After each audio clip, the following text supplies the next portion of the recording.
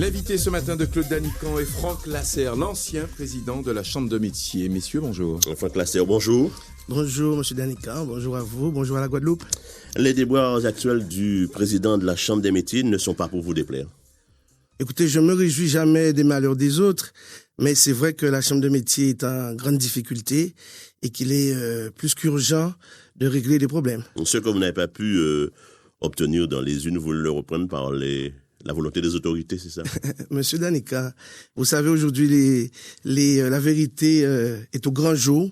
Nous savons que les élections ont été régulièrement gagnées en 2016 et en 2018 par mon équipe et moi-même. Et nous savons aussi que Monsieur Vainqueur, qui ici même me traitait de voleur, même pas de fraudeur, mais de voleur, et aujourd'hui on sait que c'est lui qui était à la manœuvre de cette gigantesque fraude des deux élections, de 2016 et 2018, et les enquêtes s'accélèrent et nous aurons la vérité. Et les fraudeurs, je dis pas les voleurs, les fraudeurs seront punis. La bonne sera démasquée, est déjà démasquée, et ils seront punis. Votre propre élection a été invalidée et vous avez été contraint de retourner aux urnes. On connaît l'histoire, ce sont pratiquement pour les mêmes raisons. Mais les mêmes raisons parce que ce sont les mêmes acteurs. C'est ça qu'il faut se dire. C'est que malheureusement, nous avons gagné les élections puisque M. Vainqueur et son équipe qui avait mis ce système de fraude en place en 2016 n'avait pas honoré les personnes qu'il avait soudoyées. Et vous savez que qui paye pas ses dettes, ne s'enrichit pas. Oui. Et donc M. Vainqueur s'est retrouvé face à ces mandants qui lui réclamaient de l'argent puisqu'il voulait payer en viande et non en numéraire. Voilà la vérité. Et du coup, cet axe-là s'est reproduit en 2018. Il a honoré cette fois-ci 3 000 € en espèces à des postiers. Nous connaissons mais tout. Mais c'est extrêmement grave ce que vous nous racontez là. Écoutez, la justice a en leur possession tous ces éléments. Écoutez, j'ai été entendu par un policier, un enquêteur, et j'y retourne lundi avec encore d'autres éléments. Vous avez donné tous ces éléments-là. Ah ben les éléments que je donne, écoutez, juste avant les élections de 2018, nous avons des artisans qui nous disent ne pas avoir reçu leur matériel de vote. Par prudence, nous envoyons cette liste-là à la préfecture. Qu'est-ce que nous constatons le jour du vote? Que ces gens-là émargent, c'est-à-dire ont voté. Il y a un problème. J'aurais pu porter l'affaire devant le tribunal administratif et faire retour. Je vous l'avais dit d'ailleurs. Oui, lors de conférence de presse, vous avez... D'ailleurs, pourquoi vous ne l'avez pas fait? Je ne l'ai pas fait parce que je ne voulais pas encore traîner les artisans dans la boue, retourner dans les urnes, retourner à faire des... Parce que nous faisions de vraies campagnes. Vous avez eu l'occasion d'assister à notre démarche qui était d'aller au-devant des artisans, de leur expliquer le projet, la vision que nous avions de l'artisanat et la volonté que nous avions de faire avancer ce secteur de l'économie. Mais malheureusement, d'autres mains mal intentionnées viennent troubler ce vote-là. Et Monsieur Vainqueur est l'artisan.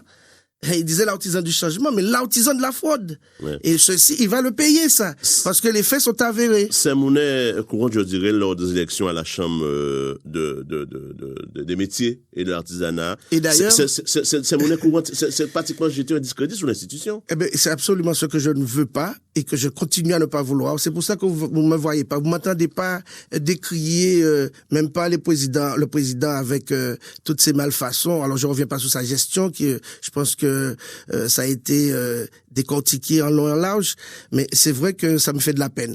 Et c'est pour ça que j'essaie d'en dire le moins possible. Vous parlez de gestion, mais ça fait un moment que la Chambre traîne ce déficit dont vous êtes quelque part comptable. Vous avez été j'ai été aux affaires, oui, j'ai déjà en tant que trésorier, mais aussi trésorier adjoint, mais aussi en tant que président.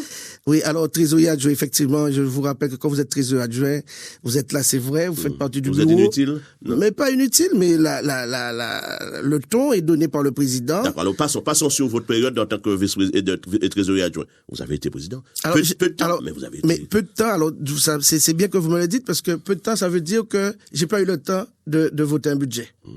J'ai pas eu le temps de faire voter un budget qui était le mien.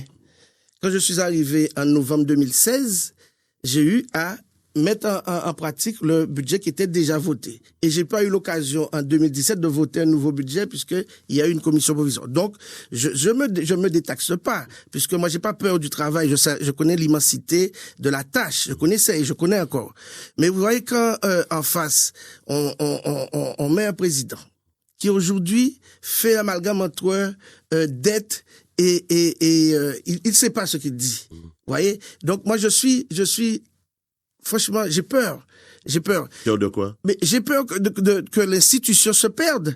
Parce qu'aujourd'hui, nous sommes... Mais est-ce que ce serait pas justement une bonne notion de tout raser et de partir à zéro sur d'autres bases? Puisque c'était pas d'hier, cette affaire-là. C'est-à-dire qu'on a toujours soupçonné le président de la Chambre élu par triche.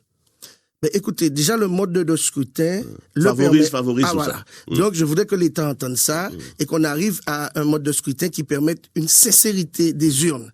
Et voilà. Et je suis sûr, et je prends l'engagement aujourd'hui, demain on fait un vote, je présente une liste avec des artisans, personne ne pourra battre cette liste-là. Aujourd'hui, monsieur Vainqueur est en train de gesticuler, il dit qu'il a mis en place les organisations professionnelles. Moi, je suis président de l'organisation professionnelle. Lui, il n'a jamais été. Il connaît pas de quoi il parle. Il parle du 2P, il veut mettre la main sur les artisans. Les organisations professionnelles sont indépendantes, il le sait pas. Mais ces organisations sont indépendantes et elles évoluent avec les artisans de leur secteur et il c'est pas sous la coupole de la chambre de métier. Donc quand il vient faire cette publicité-là, là encore, c'est méconnaître le fonctionnement de l'artisanat. Quelle va être maintenant votre posture? Vous allez tout faire pour que la menace de révocation aille à son terme et reprendre votre place en tant que président? Alors, écoutez, je n'ai pas de place personnellement et je vais vous faire un scoop, je ne suis pas candidat. Donc, vous ne serez pas candidat. Donc je ne serai pas président. Très bien. Donc, si je ne suis pas candidat, je ne serai pas président. Donc, c'est peut-être une bonne nouvelle.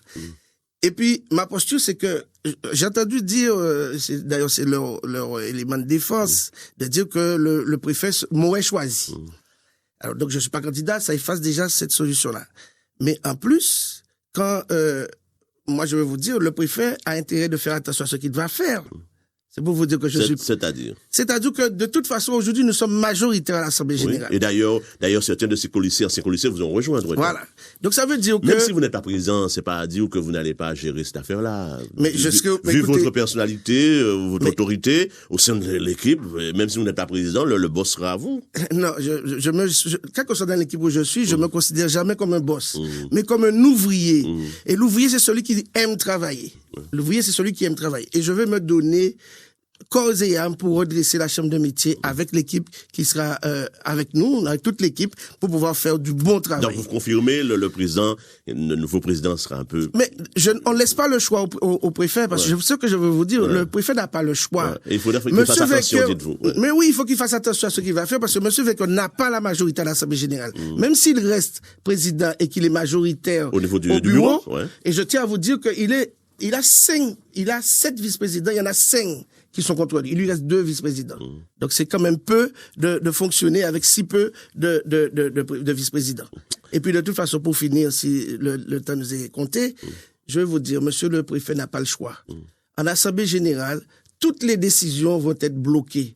Donc pour le bien-être de la Chambre, bon fonctionnement de la Chambre, il est obligé de révoquer monsieur Vainqueur. Franck Lasserre, merci et bonne journée.